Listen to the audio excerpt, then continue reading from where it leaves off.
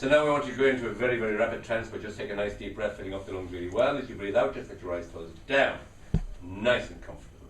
Relax. Go deeper into relaxation. Just let your head go loose, limp, relax.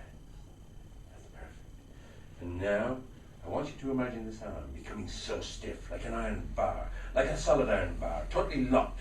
Oh, beautifully, perfectly locked. And as you lock that, you just grip it on.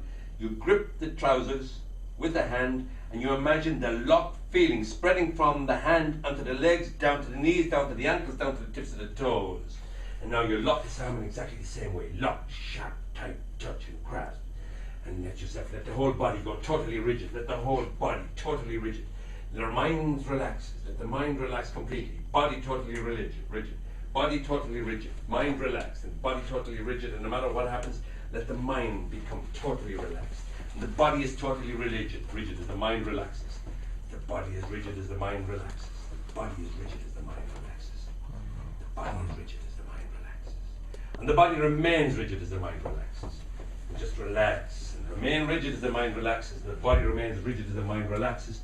And the body remains rigid as the mind relaxes. And the body remains rigid as the mind relaxes. And the body remains. And if the ceiling was high enough, I could stand on it now. Just relax and drift, and the body remains rigid as the mind relaxes. So you pick her up and bring her back down off that. The body remains rigid as the mind relaxes. The body remains rigid, and the feet go back in the ground, and you bring yourself back to normal awareness as you open your eyes and let your body relax. And the mind relaxes.